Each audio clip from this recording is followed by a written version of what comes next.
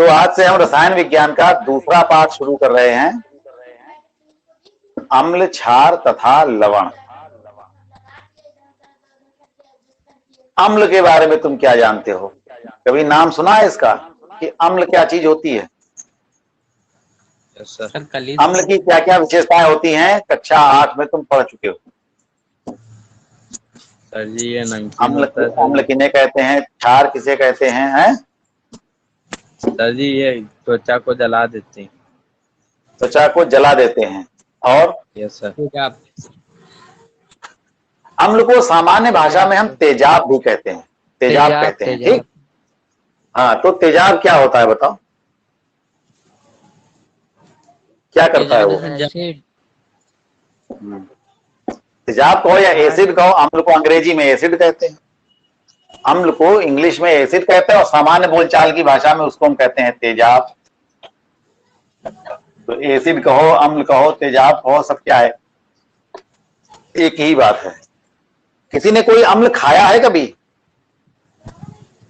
हमारे पेट में होता है। हाँ, पेट में अम्ल होता है। कौन सा अम्ल होता है पेट में, ये बताओ जरा, पढ़ चुके हो तुम। पेट में जो अम्ल होता है उसका क्या नाम है? यूरिया।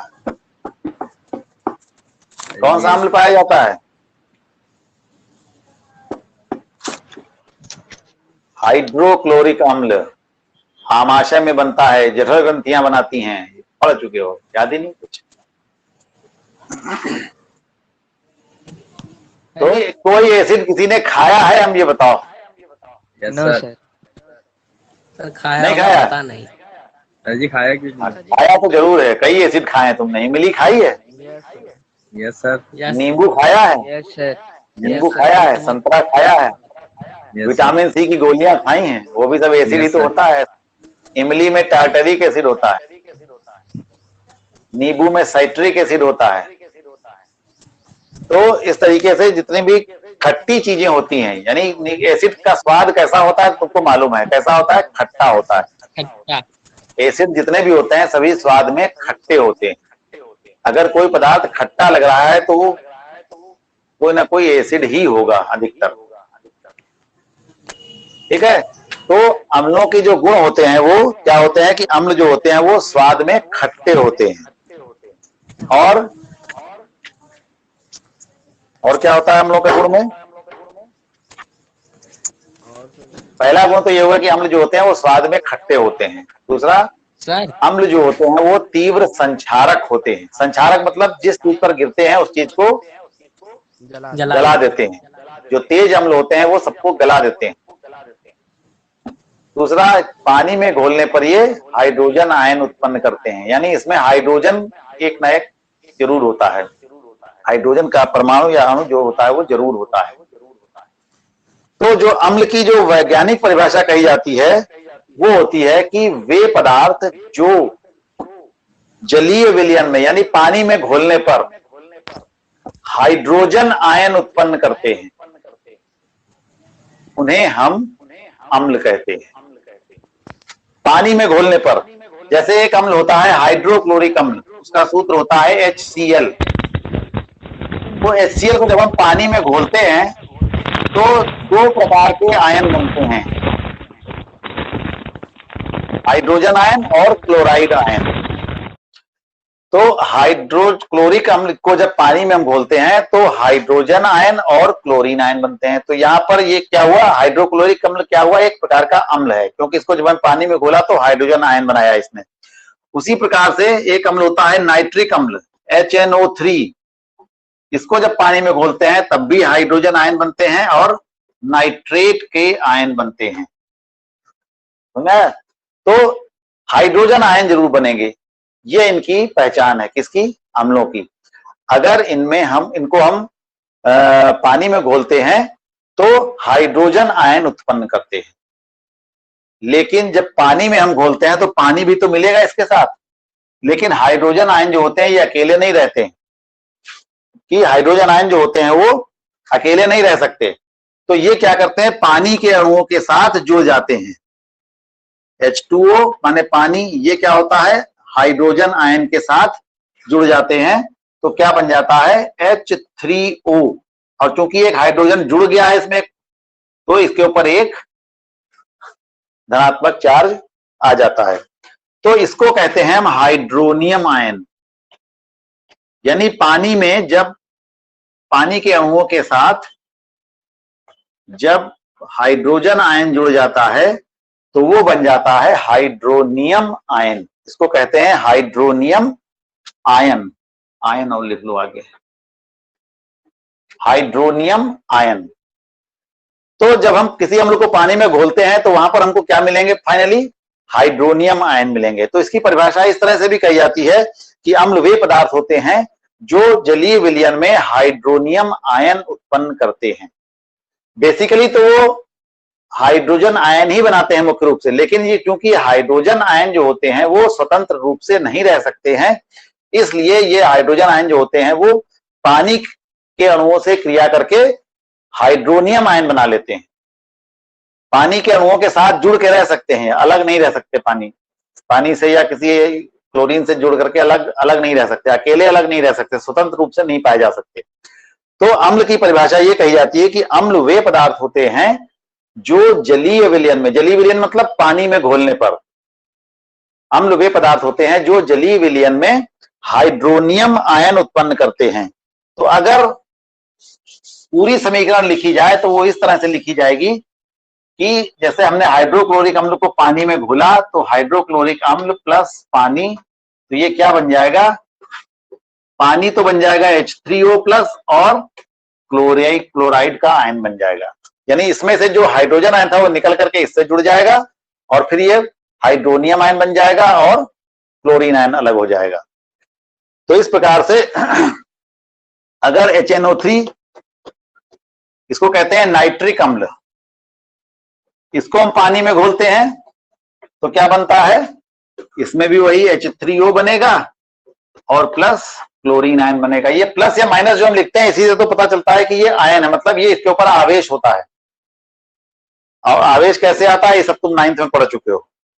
जब एक इलेक्ट्रॉन निकल जाता है या किसी के पास, या एक इलेक्ट्रॉन बढ़ जाता है तब उसके ऊपर आवेश आ जाता है। जब इलेक्ट्रॉन निकल जाता है तो उसके ऊपर धन आवेश आ जाता है। जब इलेक्ट्रॉन जुड़ जाता है किसी के साथ तो उसके ऊपर ऋण आवेश आ जाता है। तो ऋण आवेश का मतलब उसके पास एक इलेक्ट्रॉन ज्यादा है। सामान्य रूप से इलेक्ट्रॉन और प्रोटॉन की संख्या बराबर होती है। अगर किसी के पदार्थ के पास नेगेटिव चार्ज दिख रहा है इसका मतलब इसके पास एक इलेक्ट्रॉन ज्यादा है। पॉजिटिव चार्ज दिख रहा है इसके मतलब इसके पास प्रोटॉन ज्यादा है। प्रोटॉन पॉजिटिव चार्ज होते हैं और इलेक्ट्रॉन जो होते हैं नेगेटिव चार्ज होते हैं, ऋणात्मक आवेश युक्त होते हैं। तो इस प्रकार से जब हम किसी भी अम्ल को पानी में घोलते हैं तो हाइड्रोनियम आयन बनते हैं। बेसिक परिभाषा यही कही जाती है कि वे पदार्थ जो जलीय विलयन में जल में घोलने पर हाइड्रोजन आयन उत्पन्न करते हैं, लेकिन वास्तव में हाइड्रोजन आयन जो होते हैं वो स्वतंत्र रूप से नहीं रह सकते हैं और वो पानी के अणुओं के साथ क्रिया करके हाइड्रोनियम आयन बना लेते हैं। तो उसको हम कहते हैं हाइड्रोनियम आयन। और अम्ल की परिभाषा फिर इस तरह से कही जाती है कि वे पदार्थ जो पानी में घुल करके हाइड्रोनियम आयन उत्पन्न करते हैं उन्हें हम अम्ल कहते हैं। कुछ आई बात समझ में? कुछ अम्ल ऐसे होते हैं जो बहुत तेज होते हैं और कुछ अम्ल जो होते हैं वो हल्के होते हैं। जो हल्के अम्ल होते हैं उनको हम खा सकते हैं, उनको हम इस्तेमाल करते हैं। सब बहुत तीव्र नहीं होते। जो तीव्र अम्ल होते हैं उनको हम नहीं खा सकते, वो फिर हमारे शरीर के अंगों को क्या करेंगे? जला देंगे। फिर दूसरी चीज आती है क्षारक। क्षारक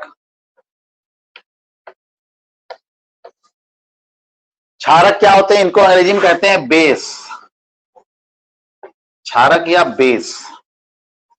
क्षारक क्या होते हैं? जैसे तुमने कि अभी पढ़ा कि अम्ल वे पदार्थ होते हैं जो पानी में घुलने पर हाइड्रोजन आयन उत्पन्न करते हैं, लेकिन क्षारक क्या होते हैं? वे पदार्थ होते हैं जो पानी में घुलने पर OH आयन उत्पन्न करते हैं। OH क्या होता है? Hydroxyl ion. इसको कहते हैं हाइड्रोक्सिल आयन।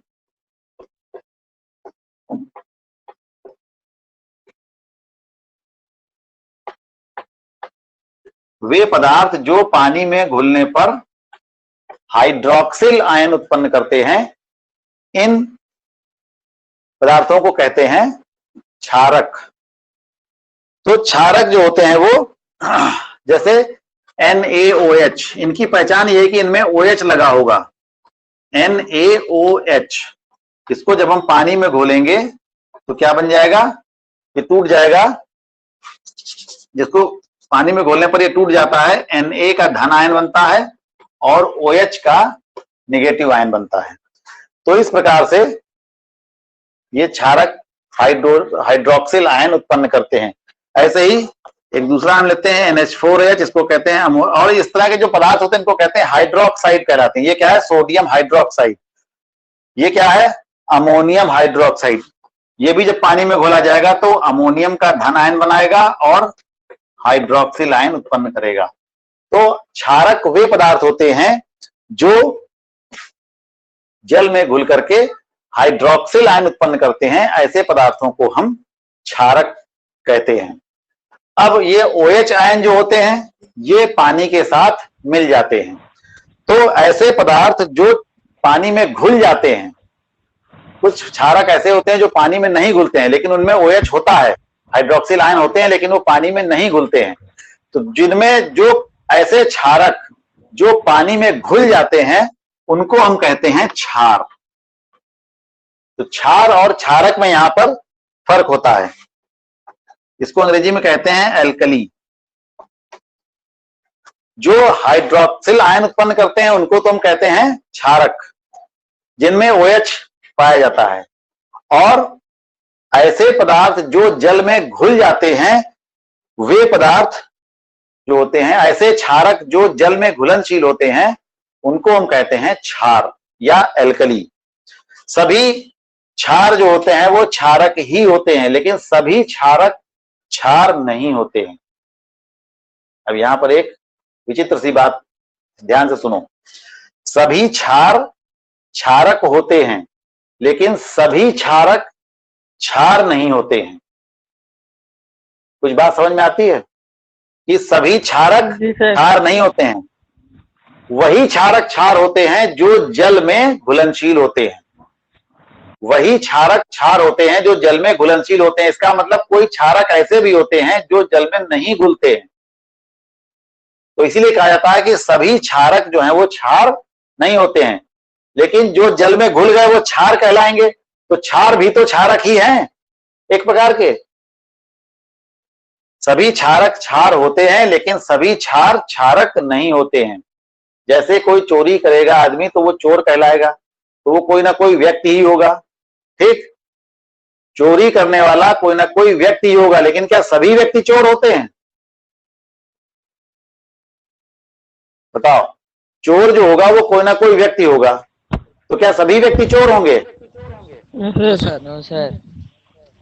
चोर व्यक्ति होता है, यानी क्षार जो है वो क्षारक होता है लेकिन सभी क्षारक क्षार नहीं होते हैं।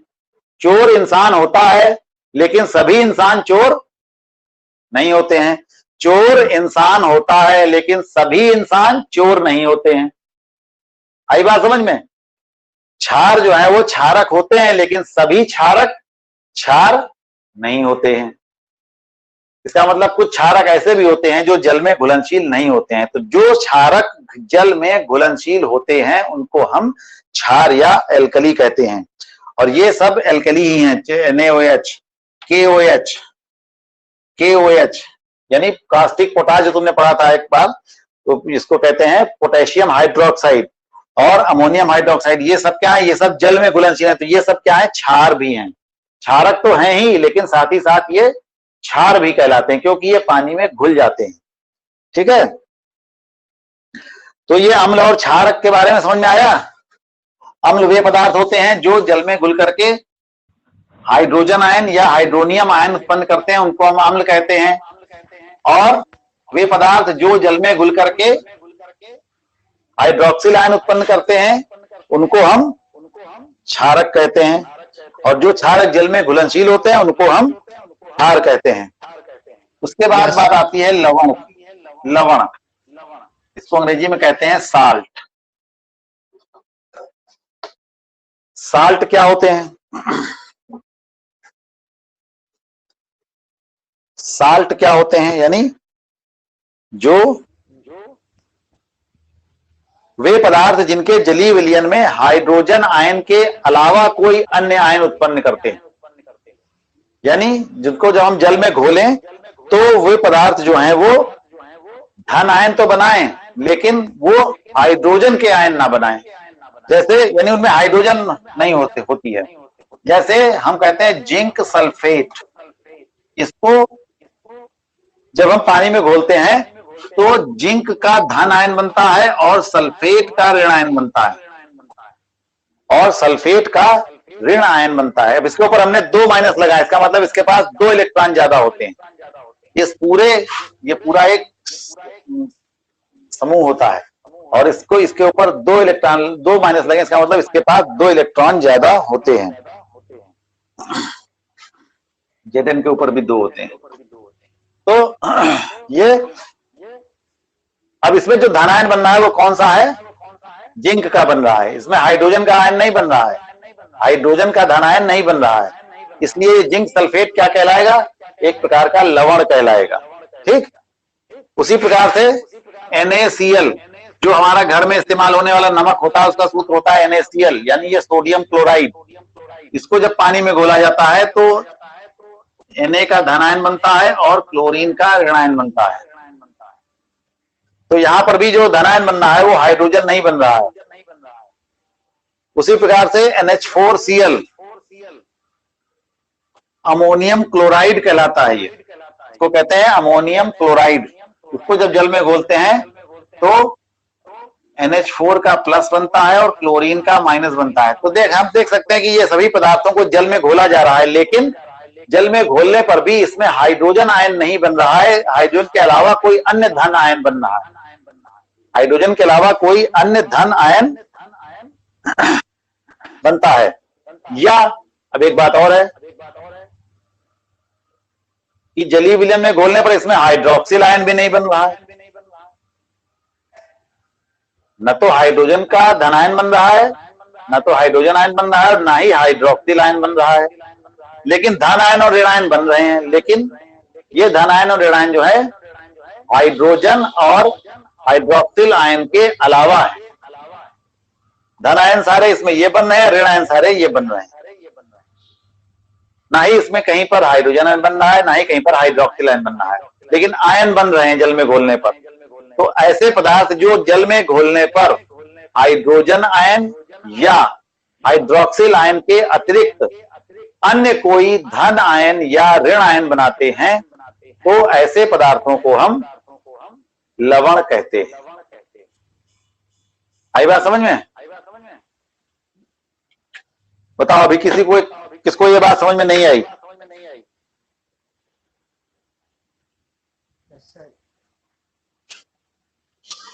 आ गई समझ में आयुष? जी सर। सर जी सॉल्ट माने तो सर नमक होता है। हाँ, तो लवण माने भी नमक ही होता है, और क्या। लवण का संस्कृत में नमक को लवण ही कहते हैं। जो शुद्ध शब्द है वो लवण ही है। वो बोल चाल में लवण को बदलते बदलते वो नमक बन गया। फिर आता है अम्ल की क्षारकता। अब अम्ल है तो अम्ल की क्षारकता कही जाती है। अम्ल की क्षारकता। और उसी प्रकार से इसका उल्टा होता है क्षार की अम्लता। अम्ल की क्षारकता और क्षार की अम्लता। देखो अभी तुमको बताया कि अम्ल वे पदार्थ होते हैं जिनमें हाइड्रोजन आयन बनते हैं, यानी इनके पास हाइड्रोजन होता है, हाइड्रोजन का परमाणु इनके भीतर होता है। तो अगर वो हाइड्रोजन का परमाणु किसी अन्य पदार्थ के द्वारा विस्थापित किया जा सकता है, या हम यूं कहें कि किसी पदार्थ से जितने हाइड्रोजन के परमाणु विस्थापित किए जा सकते हैं, विस्थापित किया जा सकते हैं मतलब हटाए जा सकते हैं, तो उतने परमाणुओं की संख्या को हम कहते हैं उस अम्ल की क्षारकता। उस अम्ल की क्षारकता। किसी अम्ल के एक अणु में उपस्थित विस्थापन योग्य हाइड्रोजन परमाणुओं की संख्या को हम कहते हैं उस अम्ल की क्षारकता। जैसे कोई अम्ल है H2SO4, तो इसके दोनों हाइड्रोजन जो है वो हटाए जा सकते हैं। इसकी क्रिया अगर हम जिंक से करा दें तो क्या बन जाता है? बन जाता है ZnSO4 प्लस H2। इसके दोनों हाइड्रोजन परमाणु हट गए, SO4 के साथ में हाइड्रोजन जुड़े थे। अब जिंक ने क्या किया? दोनों हाइड्रोजन हटा दिए और उसकी जगह पर खुद जुड़ गया। तो यानी इसमें जो दो हाइड्रोजन है ये दोनों ही हटने योग्य हैं, दोनों ही हटाए जा सकते हैं। तो इसलिए कितने परमाणु हटाए जा सकते हैं हाइड्रोजन के? 2। तो इसकी क्षारकता कितनी हुई? 2। तो H2SO4 की क्षारकता कितनी हुई? 2। क्यों? क्योंकि H2SO4 में 2 हाइड्रोजन हैं और दोनों ही हाइड्रोजन को हम हटा सकते हैं, तो इसलिए यानी विस्थापन कर सकते हैं दोनों हाइड्रोजन का। तो इसलिए इसकी क्षारकता कितनी हुई? 2। दूसरा अम्ल है HCl। इसकी क्रिया अगर हम जिंक से करा दें तो क्या बन जाता है? ZnCl2। ठीक, तो इसके पास तो एक ही हाइड्रोजन है, वो भी हटा दिया गया, Zn यहां जुड़ गया करके। तो इसके पास एक ही हाइड्रोजन है, इसके एक अणु में कितने हाइड्रोजन है? 1, और वो भी हटाया जा सकता है। तो इसमें कितने हाइड्रोजन हटाए जा सकते हैं? 1। तो इस HCl की क्षारकता कितनी हुई? 1। किसी भी अम्ल से जितने हाइड्रोजन हटाए जा सकते हैं उस अणुओं की संख्या को हम कहते हैं उसकी क्षारकता। जिसमें से 2 हाइड्रोजन घटाए जा सकते हैं तो उसकी क्षारकता होगी 2। जिसमें से 1 हाइड्रोजन हटाया जा सकता है तो उसकी क्षारकता होगी 2, उसकी क्षारकता होगी 1। और कोई अम्ल है जैसे H3PO4, इसको कहते हैं फास्फोरिक एसिड। इसमें 3 हाइड्रोजन है और ये तीनों ही हटाए जा सकते हैं, तो यहां पर इसकी क्षारकता कितनी होगी? 3 हाइड्रोजन हटाए जा सकते हैं, इसलिए इसकी क्षारकता कितनी होगी? 3। तो जितने हाइड्रोजन हटाए जा सकते हैं उन हाइड्रोजनों की संख्या को हम उस अम्ल की क्षारकता कहते हैं। समझ में आया? जैसे और इस प्रकार के अम्लों को एक क्षारकीय अम्ल, द्विक्षारकीय अम्ल या त्रिक्षारकीय अम्ल ऐसे कहते हैं। तो एक क्षारकीय का मतलब इसमें से 1 हाइड्रोजन हटाया जा सकता है, द्विक्षारकीय अम्ल का मतलब इसमें से 2 हाइड्रोजन हटाए जा सकते हैं, त्रिक्षारकीय का मतलब इसमें से 3 हाइड्रोजन हटाए जा सकते हैं। तो HCl क्या है? एक क्षारकीय अम्ल है। H2SO4 क्या है? द्विक्षारकीय अम्ल है। और H3PO4 क्या है? त्रिक्षारकीय अम्ल है। तो इस प्रकार से यह कहलाती है किसी अम्ल की क्षारकता। और क्षार की अम्लता, अब क्षार में क्या होता है? OH हाइड्रोक्सिल आयन होते हैं। तो हाइड्रोक्सिल आयन कितने हटाए जा सकते हैं? तो उसको कहते हैं उस क्षार की अम्लता। किसी क्षारक के एक अणु में उपस्थित विस्थापन योग्य हाइड्रोक्सिल आयनों की संख्या को हम उस क्षारक की अम्लता कहते हैं। तो जैसे NaOH, KOH और NH4OH, NaOH, KOH, NH4OH, इन सब में क्या है? एक OH लगा हुआ है और ये OH हटाया जा सकता है। तो यहां पर ये क्या कहलाएगी? इसकी इन तीनों की क्षारकता कितनी है? तो अम्लता, इन तीनों की अम्लता कितनी है? 1। इन सब में से एक हाइड्रोजन हटाया जा सकता है, तो इसकी अम्लता कितनी होगी? हाइड्रोक्सिल आयन हटाया जा सकता है तो इसकी अम्लता कितनी होगी? 1। उसी प्रकार से CaOH होल ट्वाइस, ये कैल्शियम हाइड्रोक्साइड होता है, और इसके साथ फिर MgOH होल ट्वाइस, ये हो गया मैग्नीशियम हाइड्रोक्साइड। तो यहां पर कितने हाइड्रोक्सिल हैं? 2 हैं। इसको ब्रैकेट लगा के 2 लिखा गया, इसका मतलब इसमें हाइड्रोक्सिल कितने हैं? 2 हैं। तो इसमें 2 हाइड्रोक्सिल है, इसमें भी 2 हाइड्रोक्सिल है, तो ये दोनों ही हटाए जा सकते हैं और इन दोनों को ही हटाया जा सकता है। तो यहां पर ये कैल्शियम हाइड्रोक्साइड और मैग्नीशियम हाइड्रोक्साइड ये कैसे पदार्थ हैं? इन दोनों की ही अम्लता कितनी है? 2। तो यहां पर इनकी अम्लता होगी 2। और जो ये ऊपर वाले जो तीनों लिखे हुए हैं इनमें कितने हैं? OH हैं, एक है तीनों में, और ये वो भी OH जो होता है वो हटाया जा सकता है। तो यहां पर इनकी अम्लता कितनी है? 1। ठीक है। तो इसी प्रकार से एक और पदार्थ होता है aluminium hydroxide, AlOH whole thrice, 3 होता है। यहां पर हाइड्रोक्सिल आयन कितने होते हैं? 3 होते हैं। तो इसकी अम्लता कितनी होगी? ये एल्युमिनियम हाइड्रोक्साइड पदार्थ है, इस एल्युमिनियम हाइड्रोक्साइड की अम्लता कितनी होगी? क्योंकि ये तो क्षारक है, इसकी अम्लता कितनी होगी? 3, क्योंकि इसमें 3 हाइड्रोक्सिल आयन जो हैं वो विस्थापनीय हैं। इन 3 हाइड्रोक्सिल आयनों को हटाया जा सकता है। तो इस प्रकार से क्षार की अम्लता क्या होती है? किसी भी क्षारक में विस्थापन योग्य हाइड्रोक्सिल परमाणुओं की संख्या को हम उस क्षारक की अम्लता कहते हैं। समझ में आई बात? तो ये जो NOH, KOH और NH4OH यानी सोडियम हाइड्रोक्साइड, पोटेशियम हाइड्रोक्साइड और अमोनियम हाइड्रोक्साइड, इन सबकी अम्लता कितनी है? 1। कैल्शियम हाइड्रोक्साइड, मैग्नीशियम हाइड्रोक्साइड, इनकी अम्लता कितनी है? 2। एल्युमिनियम हाइड्रोक्साइड, इसकी अम्लता कितनी है? 3। इसी प्रकार से एक और होता है Fe, इसकी भी अम्लता जो होती है वो 3 होती है। FeOH होल थ्राइस यानी आयरन हाइड्रोक्साइड। तो आयरन हाइड्रोक्साइड की भी अम्लता जो होती है वो 3 होती है, क्योंकि इसके पास 3 हाइड्रोक्सिल आयन है और तीनों ही हाइड्रोक्सिल जो है वो हटाए जा सकते हैं। तो किसी भी ऐसे पदार्थ या ऐसे क्षारक जिनमें जितने हाइड्रोक्सिल आयन हटाए जा सकते हैं, ऐसे उन हाइड्रोक्सिल परमाणुओं की संख्या को हम उस क्षारक की अम्लता कहते हैं। तो ये दोनों चीजें समझ में आई। अम्ल की क्षारकता क्या होती है? अम्ल की क्षारकता वह संख्या है कि किसी अम्ल में विस्थापन योग्य कितने हाइड्रोजन परमाणु हैं, हाइड्रोजन परमाणुओं की उस संख्या को हम उस अम्ल की क्षारकता कहते हैं। क्षार की अम्लता, अब क्षार की बात कही जाएगी तो वहां पर हाइड्रोक्सिल की बात होगी। तो किसी ऐसे पदार्थ जिनमें विस्थापन योग्य हाइड्रोक्सिल परमाणु जितने होते हैं, उन परमाणुओं की संख्या को हम उस क्षार की अम्लता कहते हैं। जितने हाइड्रोक्सिल परमाणु हटाए जा सकते हैं, उन परमाणुओं की संख्या को हम उस क्षार की अम्लता कहते हैं। यहां पर 3 हटाए जा सकते हैं तो उसकी अम्लता 3 होगी, 2 हटाए जा सकते हैं तो उसकी अम्लता 2 होगी। ऐसे यहां पर अम्ल में 2 हाइड्रोजन हटाए जा सकते हैं तो अम्लता क्षारकता 2 होगी, 1 हाइड्रोजन हटाया जा सकता है तो उसकी क्षारकता 1 होगी, 3 हाइड्रोजन हटाए जा सकते हैं तो उसकी क्षारकता जो होगी वो 3 होगी।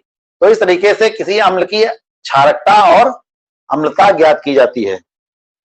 आई बात समझ में कुछ? आज इतना ही, इसके आगे का हिस्सा कल। नमस्ते।